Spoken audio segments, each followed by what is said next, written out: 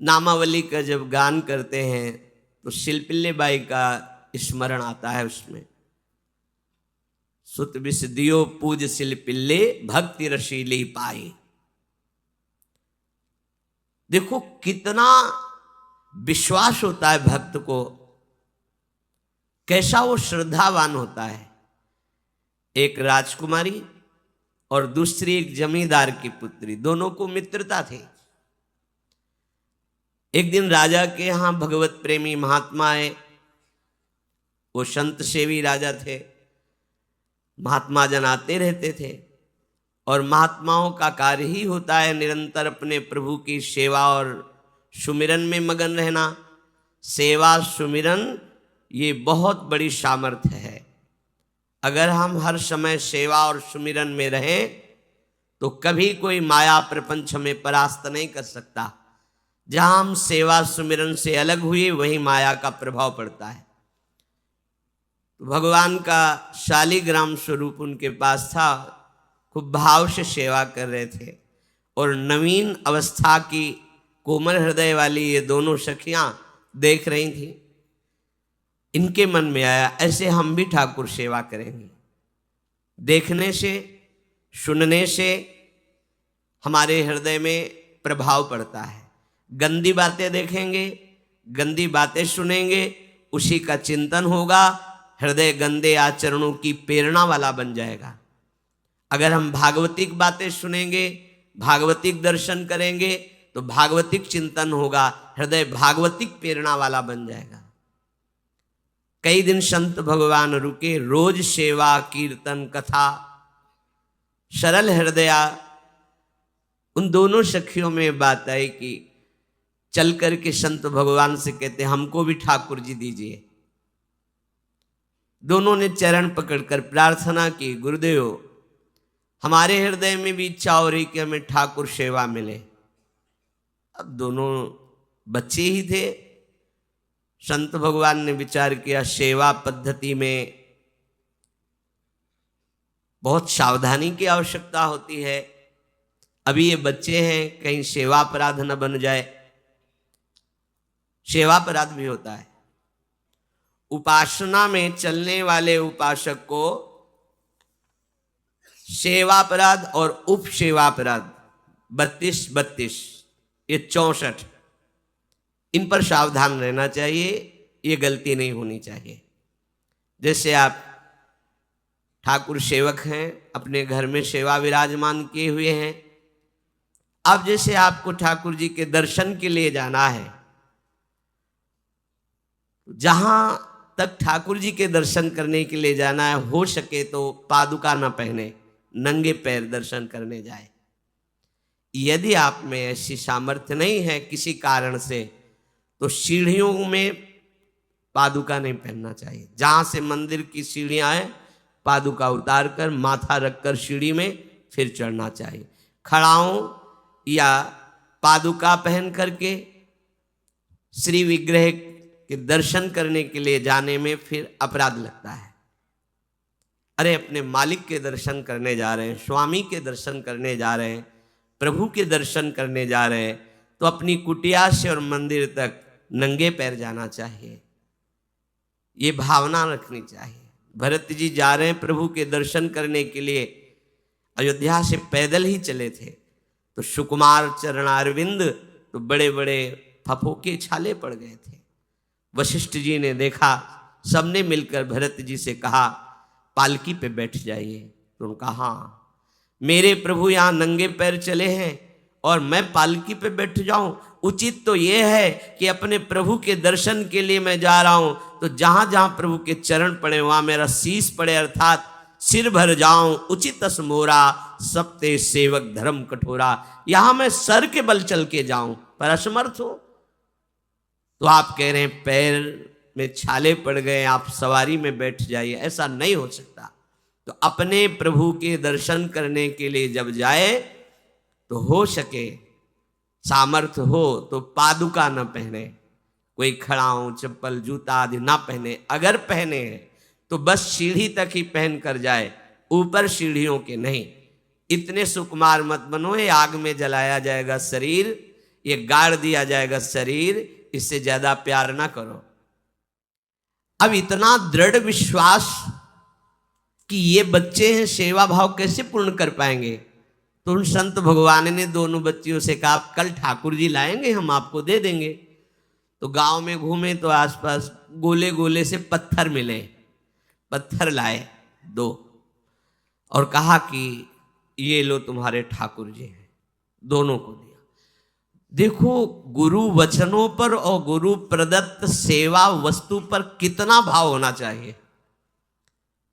उन्होंने दृढ़ विश्वास किया कि मुझे भगवान गुरुदेव ने दिया, ये भगवान है मेरे। दोनों ने अपने हृदय से लगाया। अब एक जमींदार की पुत्री थी, एक राजकुमारी, स्वर्ण के सिंहासन में, और उनका नाम रखा सिलपिल्ले ठाकुर। सिल मतलब पत्थर, तो उनका तुम्हारे ठाकुर का नाम सिलपिल्ले गोविंद है। दोनों सिंहासन पर रखकर आराधना करती। भाव प्रतिपल बढ़ता गया, नाम निरंतर जप। गुरु प्रदत्त ठाकुर पर विशेष चमत्कार हृदय में प्रकट होता है यदि उन्हीं की नियमावली से चलो। अपने मन से बाजार से खरीद लाए, विराजमान किए हैं, कभी सेवा की कभी नहीं की, वो भी अच्छा है, कम से कम भागवतिक भाव तो है। लेकिन सिद्धि जो प्राप्त होती है वो गुरु कृपा से, गुरु प्रदत्त ठाकुर से। जैसे धन्ना जी को भांग के बट्टे में ठाकुर जी प्रकाशित हो गए, गुरु प्रदत्त। अब ये सखियां जब बड़ी हुई तो इनके ब्याह की बात हुई। तो जो राजकुमारी थी उनका राजकुमार से किसी से ब्याह तय हुआ, ब्याह हो गया। अपने माता पिता से जब विदाई ली तो अपने ठाकुर जी को जो सिंहासन में थे, सिंहासन से एक सुंदर पेटी में से और गोद में रखकर, और अंदर ही अंदर जल रहे हैं कि प्रभु मैंने प्रीतम आपको माना है, संसार के व्यवहार में ये प्रीतम बना हुआ है, पर प्रभु हमारे प्रीतम 2 नहीं हो सकते, हमने हृदय से आपको माना। इसी विचार में वो बड़ी उदास है। पहले पालकियों में ऐसा राज सैनिक चल रहे हैं, पालकियों में वो बहू जा रही है और राजकुमार घोड़े पर। राजकुमार बार बार पालकी के समीप जाता, दर्शन करने की इच्छा होती है ना, तो उदास देखता। मन में बड़ी ग्लानि हुई।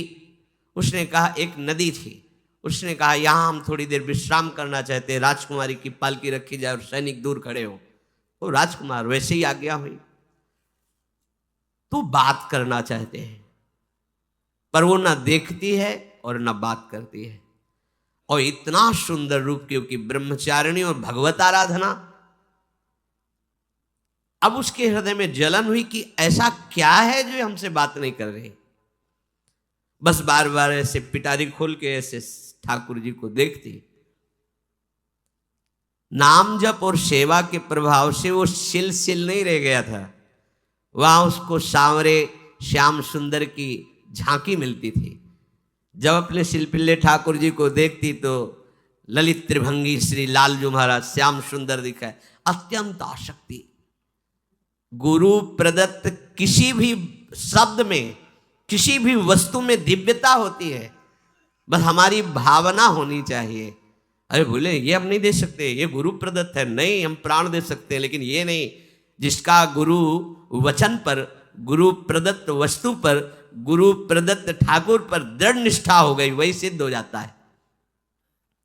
अब उसने समझ लिया कि पिटारी में जो कुछ है यही हमारे और राजकुमारी के बीच में बाधा है। 2-4 दासियों को बुलाया और कहा इनको बातों में उलझाओ, पिटारी पीछे हमें दो। और प्रवीण दासियां उनको विनोद भाषा में, हंसी मजाक में बात, लेकिन वो उदासीन। धीरे से गोद में पेटी थी, ले ली, हम लिए हुए हैं, आप बातचीत में सारा, और पेटी उनको दे दी। राजकुमार ने राजकुमारी से कहा यही पेटी तो हमारे आपके बीच में बात, फेंक दी नदी में। अब तो जो उसके हृदय में पीड़ा हुई, भारी व्याकुलता। अब राजकुमार है, सैनिकों के साथ तुरंत पालकी उठवाई, मैं ले गया। पर वो आसक्त है, इतनी सुंदर राजकुमारी, क्योंकि भागवतिक तेज से संपन्न में आकर्षण होता है। राजकुमारी ने कहा, यदि हमारे ठाकुर नहीं तो मैं नहीं। आज से अन्न जल त्याग, प्राण त्याग दूंगी अगर हमारे ठाकुर जी हमारे समीप नहीं तो। आज से अब एक बूंद पा कैसे पिए? अपने ठाकुर को भोग लगा के पाला है और ठाकुर जी फेंक दिए गए। भारी व्याकुलता, जैसे मीरा जी कहते, दृश्य बिन दुख न लागे नैन, ना रात में नींद है न दिन में अन्न जल है, व्याकुलता। अब भयभीत हो गया राजकुमार। पूरा महल इस विषाद से हो गया कि अगर नवीन राजकुमारी प्राण त्याग देती है तो क्या होगा लोक समाज में, कि अभी नवीन राजकुमारी गई, ये लोग ऐसे निर्दयी हैं कि ऐसा व्यवहार किया कि उसने प्राण त्याग दिया। राजकुमार घुटने में आ गया। घुटने टेक कर राजकुमारी से कहा, मैं तुम्हें दुखी नहीं करना चाहता, पर मैं तुमको छोड़ भी नहीं सकता। अब हमें आप वो उपाय बताओ जिससे आप मुस्कुरा दो, आप प्रसन्न हो जाओ।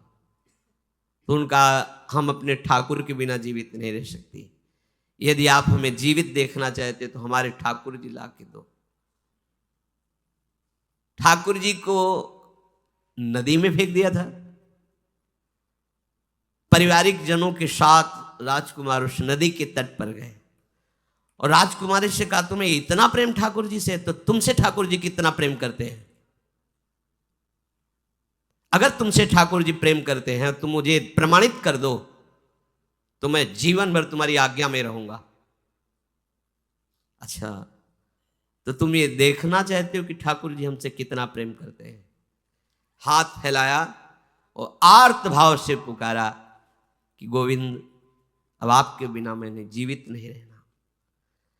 अंदर से जे ही प्रार्थना की तो जल से सिंहासन सहित सिलपिल्ले भगवान, जैसे कोई वायु के प्रवाह में आ रहा हो, ऐसे आए और छाती से चिपक गए। पूरा परिवार, राजकुमार ये देख रहा था। हृदय से ठाकुर जी चिपक, जीवन भर के लिए दासत्व स्वीकार कर लिया और कहा, जैसी आप आज्ञा करोगे। जैसे मीरा जी, जब राणा जी से ब्याह हुआ तो प्रथम मिलन की रात में मीरा जी ने कहा, सावधान, तुम हमारे पति नहीं हो, मेरा सुहाग गिरधर से है, श्याम सुंदर ही मेरे पति हैं। व्यवहार में तुम पति बने हो, यदि हमारी बात समझ पा रहे हो तो जीवन में कभी हमारा स्पर्श मत करना।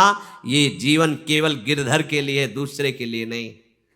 उतर गए शैया से और जैसे सेवक होता है, बोले, अहो भाग्य, मुझे ये सौभाग्य मिला कि इतनी महाभागवती की सेवा करने का। एकांत में मैं सदैव तुम्हारे शिष्य की तरह बर्ताव करूंगा, पर समाज में तुम्हें बहू की तरह बर्ताव करना होगा, नहीं तो लोग जीने नहीं देंगे। समाज में पत्नी की तरह और एकांत में गुरु शिष्य के। तुम हमारी गुरु होगी और हमसे ऐसा ही बर्ताव राणा जी ने, ऐसा ही उस राजकुमार ने दिया। हमारी भागवतिक निष्ठा ऐसी होनी चाहिए कि जो गुरु जी ने मंत्र दिया है, जो गुरु जी ने उपासना दी है, उसमें दृढ़ विश्वास होना चाहिए। हमारे अंदर किंचन मात्र फिसलाव नहीं होना चाहिए। और आगे जो महामहिम सूत्र है, जब तक हमारा मन प्रभु में समर्पित ना हो जाए तब तक पाप होने की संभावना होती है। बड़े बड़ों से चूक हो जाती है। इसमें यह नहीं कहा जा सकता कि हम इतने वर्ष से साधन में लगे, हमसे चूक नहीं होगी, ये तो भूल जाना। बड़े बड़ों से चूक करवा देना माया का कार्य होता है, पर जिनका मन प्रभु को समर्पित हो गया है उनसे चूक नहीं हो सकती। इसलिए जो अगला सूत्र वर्णन किया कि जितने भी पापाचरण होते हैं वो सब मेरे से होते हैं, ऐसा उपासक दृढ़ निश्चय करे। ऐसा नहीं कि पापाचरण भगवान से, भगवान करा रहे हैं। जैसे लोगों का एक प्रश्न होता है कि जब सब कुछ भगवान करा रहे हैं, भगवान की इच्छा के बिना पत्ता भी नहीं हिलता, तो जो हम पापाचरण, गलत आचरण, वो भी तो भगवान ही करा रहे हैं। इस विषय को समझना है। आज के समाज का जो मानसिक स्तर है, जब हम त्याग की बात करते हैं कि गंदे आचरण नहीं करने चाहिए, तो जो समझाया जाता है, जो समझ है आज की आधुनिक, वो ये समझ है कुछ ऐसे जनों ने ये निर्धारित भी किया है कि बहुत भोग कर लेने पर फिर समाधि की प्राप्ति होती है। अगर ऐसा होता तो लाखों लोग समाधि को प्राप्त होते, लाखों लोग बिना साधना के। क्यों? बचपन से लेकर के पूरे जीवन तक भोग ही भोग रहे, सब समाधि में पहुंच जाते। प्रायः सबके दिमाग में बात बैठी है कि अगर हम भोग ले तो हम मन को समझा सकते हैं, लेकिन आप बात अनुभव की समझ लीजिए कि आप भोगने के लिए जे ही गए तो मन के गुलाम बन करके गया, वो कभी तुम्हें मुक्त होने का अवसर नहीं देगा। और आज तक किसी ने भी ऐसा नहीं कहा भोग भोगने के बाद कि आज के बाद मैं प्रण करता हूं, मैंने जान लिया कि इसमें सुख नहीं है, आज के बाद कभी भोग नहीं भोगूंगा।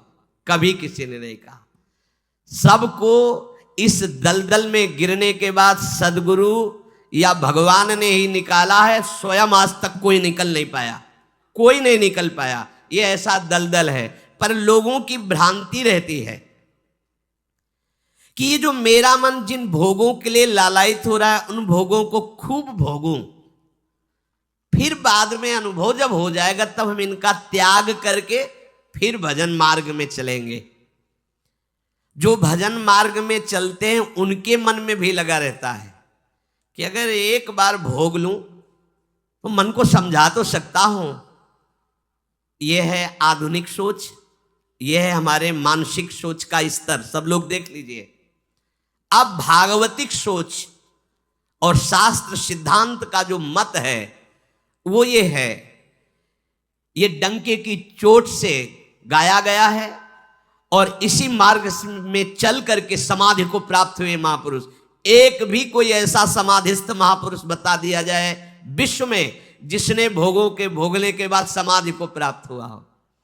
जैसे हम भोजन कर लेते हैं तो लगता है अब कुछ नहीं, लेकिन 6 घंटे व्यतीत होते होते पर्चा बन जाएगा कि ये चीज फिर चाहिए खाने को। ऐसे ही कोई भोग भोगने के बाद कुछ क्षण के लिए उससे विरति हो जाती है, ठीक है, लेकिन फिर कुछ मिनट होने के बाद फिर नई स्फुरना, नया संकल्प, नई क्रिया, नई भोग वासना सब हृदय में देख लो। इसके लिए किसी और से सलाह लेने की जरूरत नहीं। इसलिए ये जो संतों का मत है, शास्त्र का मत है कि भोगों के भोगने से भोग वासना दृढ़ होती है, कामना बढ़ती है, ना कि शांति मिलती है। लेकिन आधुनिकता में भोगों को भोगने से शांति मिलती है, ऐसी धारणा बनी हुई है और ये गलत है। और ये इतनी गलत हो जाती है कि हम हत्या करने लगते हैं, हिंसा करने लगते हैं, पूज्य जनों के साथ दुर्व्यवहार करने लगते हैं। आज तक भोगों में इति नहीं हुई। देवयानी जी भगवान शुक्राचार्य जी की पुत्री हैं। वो इतनी सुंदर हैं कि कोई अप्सरा भी उनसे होड़ नहीं कर सकती, क्योंकि भगवान शुक्राचार्य की पुत्री जितेंद्री, पवित्र, भगवत आराधन संपन्न। बड़ा प्रसंग है, उसको ना लेते हुए हम सारांश में बता रहे।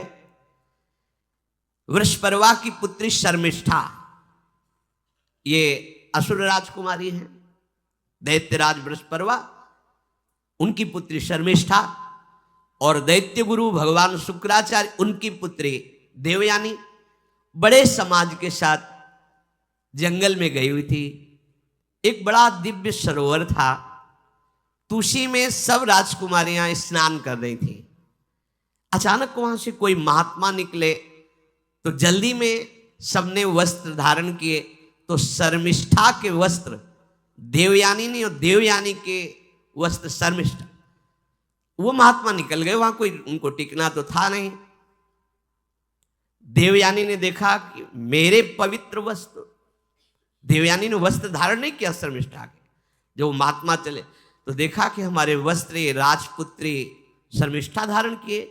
तो उनका तुझे पता है मेरे वस्त्रों को स्पर्श करने का भी तेरे को अधिकार नहीं, तूने धारण कैसे कर लिया? तो उनका ज्यादा मत बोल, इतना गुमान करके मत बोल। जैसे सब सेवक पलते हैं मेरे महाराज से, ऐसे तेरा पिता और तू भी मेरे महाराज के द्वारा ही पोषित है, क्योंकि वो तो राजा है, सारी सेवाएं वही देते हैं। ऐसा नहीं बोलना चाहिए, क्योंकि गुरु पुत्री है, आचार्य पुत्री है और सम्माननीय है, पर ऐसा वो बोल गई शर्मिष्ठा।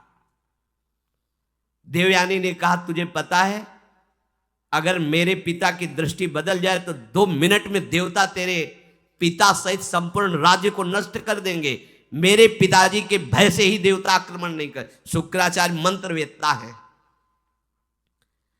ज्यादा बात बढ़ गई तो राजकुमारी का शासन चलता है। उसने कहा इस गुरुपुत्री को उठाकर कुएं में डाल दिया जाए, और उस समय वस्त्र धारण नहीं की हुई थी, उनको उसी स्थिति में डाल दिया गया और वो चली गई। उसी समय शिकार खेलने के लिए महाराज ययाति चक्रवर्ती सम्राट तो आवाज सुनी। सैनिकों ने बताया कि कोई देवपुत्री है, दिव्य तेज प्रकाशित हो रहा है उनके शरीर से, और दूर से देखा है ऐसा लग रहा है कि शायद वो वस्त्रहीन भी हैं। उन्होंने कहा तुम लोग दूर जाओ, और स्वयं महाराज ययाति गए और उनको तो जब हाथ पकड़ के निकाला और अपने वस्त्र से उनको आवेष्टित किया तो उन्होंने कहा कि हमारी आर्य मर्यादा है, एक बार आपने हमारे शरीर को देख लिया और हमारे हाथ को पकड़ लिया, अब आप हमारे जीवन भर के लिए पति स्वरूप हैं, स्वीकार कीजिए। तो उन्होंने कहा कि देवपुत्री मैं तो आपका परिचय भी नहीं जानता हूँ, आप कौन हैं? तो उन्होंने कहा भगवान शुक्राचार्य की पुत्री देवयानी। घुटने पे हो गए तत्काल। उन्होंने कहा इतने बड़े महापुरुष की पुत्री के साथ मैं ब्याह कर सकूं, मेरी सामर्थ्य नहीं, क्योंकि मैं क्षत्रिय कुल में प्रकट हुआ राज परिवार से हूं, और वो तो देवताओं के द्वारा भी वंदनीय है शुक्राचार्य जी। तो उनका आप निश्चिंत रहो, ये विषय मैं संभालूंगी, पर आप मेरे पति हैं, ये स्वीकार कीजिए। बोले यदि शुक्राचार्य जी इस पर राजी हैं तो हम ये बात स्वीकार करते हैं। शुक्राचार्य जी विलंब होने के कारण व्याकुल ही थे। देवयानी जी ययाति जी को लेके गई। बड़ा प्रसंग है, पर उन्होंने कहा जब आप राजी हैं तो हम राजी हैं। शुक्राचार्य जी राजी हुए और वृषपर्वा को सूचना दिया कि मैं तुम्हारे राज्य को त्याग कर जा रहा हूं। वो तो तत्काल आकर चरणों में गिरे, महाराज आपके बिना मेरा अस्तित्व क्या है, आप कैसे राजी हो सकते हो? बोले मेरी पुत्री को दिगंबर करके कुएं में डाल दिया गया, मैं इस अपराध से बिल्कुल तुम्हें माफ नहीं कर सकता। बोले कोई उपाय? तो बोले देवयानी बोले। तो देवयानी ने कहा तुम्हारी पुत्री हमारी दासी होकर चले तो मैं तुम्हें क्षमा कर दूंगी। बोले बिल्कुल ठीक, तथास्तु। पूरे राज्य की रक्षा के लिए राजकुमारी शर्मिष्ठा को देवयानी की दासी भाव में अब महाराज ययाति के महल पे पहुंचे। देवयानी ने कहा कि ये जो दासी भाव में आई हुई हैं ये सर्वांग सुंदरी हैं, और आपका कभी मन उधर चलना भी नहीं चाहिए, अगर चलेगा तो आप हमारे दंड के पात्र बन जाएंगे। स्वीकार कर लिया और बहुत दूर उनके लिए महल का निर्माण करवाया और वो सेवा में आती रही। कुछ समय के बाद जब देवयानी जी के पुत्र हुए तो वन विहार के लिए अपने पुत्रों को लेकर चली। तो उधर शर्मिष्ठा के 2 पुत्र हो चुके थे, इनको पता भी नहीं था, और वो दौड़ कर आए, ययाति को पिताश्री कह करके आलिंगन किया। छोटे छोटे बच्चे। देवयानी ने कहा कि हमने कहा था तुम्हें देखना भी नहीं है और ये किसके पुत्र हैं? शर्मिष्ठा मुस्कुरा रही थी। देवयानी ने कहा तुम्हें दंड देंगी ही देंगी, और चली गई भगवान शुक्राचार्य जी के पास। ययाति भयभीत होकर के गए और शुक्राचार्य से प्रार्थना करे क्षमा कीजिए मुझसे गलती हो गई। और शर्मिष्ठा से ऐसे नहीं मिले। शर्मिष्ठा ने कहा था कि आप जानते हैं कि मैं दासी नहीं हूं, मैं राजकुमारी हूं, ईर्ष्यावश दासी बना करके लाई गई हूं, और मेरी सखी के पति हो इसलिए आप मेरे भी पति हो, मेरा अधिकार है आपसे संतान उत्पन्न करने का, शास्त्रीय सिद्धांत है। शुक्राचार्य जी ने कहा कि जो देवयानी कहेंगी वही हम मानेंगे, क्योंकि मेरी पुत्री है। क्या चाहती हो? तो बोले पुरुषत्व से इनको हीन कर दो। गुस्सा में आके शुक्राचार्य जी ने कहा तथास्तु। उसी समय महाराज ययाति पुरुषत्व से हीन हो गए और वृद्धावस्था छा गई शरीर में। अब ययाति ने कहा अब सुखी रहोगे तुम। तब देवयानी को भी होश आया कि ये तो क्या हमने अपना ही सर्वनाश कर लिया। कहा पिताजी अब इसका सुधार कैसे होगा? तो बोले जो पुत्र अपनी यौवन अवस्था दे देगा वही यौवन अवस्था इनके ऊपर आ जाएगी, वृद्धावस्था उसके पास चली जाएगी। महाराज ययाति ने अपने बड़े पुत्र यदु जी से कहा, तो उन्होंने कहा इसका प्रयोग कहां होगा? मां के साथ कदापि नहीं। मेरी यौवन अवस्था का प्रयोग मेरी मां के साथ कदापि नहीं, क्योंकि वो बड़े ज्ञानी महात्मा, इन्हीं के वंश में भगवान श्री कृष्ण का प्रादुर्भाव हुआ, इसलिए यदुवंशी कहे गए। सबसे छोटे, शायद उनका नाम पुरु, ऐसा कुछ। उन्होंने कहा ये जीवन पिता का दिया हुआ है, इस पर पूरा अधिकार है, आप स्वीकार कीजिए। तत्काल वो वृद्ध हो गए, वो जवान हो गए। कई हजार वर्ष तक उन्होंने अपने पुत्र की आयु का विषयों में सेवन किया। फिर उनके मन में एक दिन बहुत घृणा हुई, धिक्कार है मेरे जीवन को और धिक्कार है इस भोगा शक्ति को। अपनी आयु तो गंवा ही दी, अपने पुत्र की भी आयु गंवा दी, फिर भी वैसे ही भोग वासना। तो उन्होंने सबको शिक्षा देने के लिए बात कही, यत् पृथिव्यां व्रीहि यवं हिरण्यं पशवः स्त्रियः न दुह्यन्ति मनः प्रीतिं पुंसः कामः तस्यते न जातु कामः कामानाम् उपभोगेन साम्यति हविषा कृष्णवर्तमेव भूय एवाभिवर्धते यदा न कुरुते भावं सर्वभूतेष्वमङ्गलं समदृष्टेस्तदा पुंसः सर्वा सुखमया दिशा या दुस्त्यजा दुर्मति भीर्जीर्यतो या न जीर्यते तां तृष्णा दुःख निवहां शर्म कामो द्रुतं त्यजेत। जिसका हृदय काम से व्याकुल हो गया है उसको त्रिभुवन की सारी सुंदरी स्त्रियां दे दी जाएं, जौ धान्य स्वर्ण पशु सब वैभव, तो भी वो कभी तृप्त नहीं हो सकता। ये महाराज ययाति का अनुभव। त्रिभुवन की विषय भोग भोगने से भोग वासना शांत नहीं होती, वरम और प्रबल हो जाती है। जैसे घी की आहुति डालने पर आग भड़क उठती है, वैसे ही भोगों को भोगते ही रहने पर भोग वासनाएं प्रबल रूप धारण कर लेती है और वो इतना कमजोर हो जाता है कि सोचता है मैं इसके बिना जी नहीं सकता। जब मनुष्य किसी भी प्राणी से राग कर बैठता है तो उसके हृदय की सामर्थ्य नष्ट हो जाती है। किसी भी, देखो ना, छोटे छोटे नशाओं में इतना हम आसक्त हो जाते हैं, अब हम इसके बिना जी नहीं सकते। किसी भी वस्तु का जब हम भोग करते, इसके बिना जी नहीं सकते। इसलिए सबको संदेश महाराज ययाति देते हैं, यदि तुम अपनी कामना को शांत करने वाले, रोकने वाले बन गए तो दसों दिशाएं तुम्हारे लिए सुखमयी हो जाएंगी। विषयी पुरुष को तृष्णा रात दिन जलाती रहती है, बहुत भोग भोगने पर भी वो कभी शांति या तृप्ति प्राप्त नहीं कर पाता। इसलिए जब हम भगवत मार्ग में चलते हैं तो ये तृष्णा और कामना ये डाइन की तरह हमारे हृदय में लगी रहती है। तृष्णा, भोगे हुए भोग को बार बार भोगने की इच्छा, कामना, सुने हुए देखे हुए भोगों को भोगने की इच्छा। तो उपासक जब तक अपने मन को प्रभु में नहीं दे पाता तब तक मन ये धोखा दे देता है। इसलिए बहुत सावधान रहना चाहिए। प्रभु की शरण में होकर के नाम जप करो और सदैव गुरुजनों की आज्ञा पर रहो, तो ये काम, कामना, वासना, ममता, आसक्ति, राग, द्वेष ये तुम्हें बांध नहीं पाएंगे। इनकी कृपा से आपको भगवत साक्षात्कार हो जाएगा। गुरु वाणी, संतों की वाणी ये हमारा जीवन बन जाए। अगर ये जीवन नहीं है तो फिर मन हमें ऐसी जगह फंसा देगा जहां से हम निकल नहीं पाएंगे। इसलिए सावधान होकर जीवन व्यतीत कीजिए। बड़ा अमूल्य जीवन है। अमूल्य जीवन का लाभ है भगवत प्राप्ति, भगवत साक्षात्कार। श्री राधा वल्लभ लाल।